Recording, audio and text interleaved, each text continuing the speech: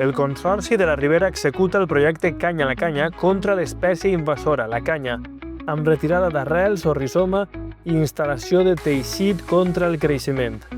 A més, junt a la Fundació Limne, s'ha recuperat vegetació autòctona i espai fluvial. L'aposta del projecte és la de crear un gran corredor verd de 75 quilòmetres i 124.000 metres quadrats.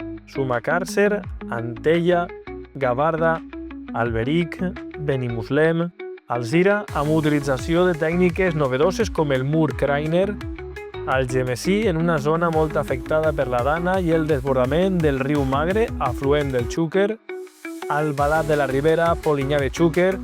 S'ha treballat en espais molt pròxims a nuclis urbans com també Sueca, Riola, Fortaleny. Finalment, a Cullera, molt a prop de la desembocadura, tot per erradicar la canya i combatre inundacions.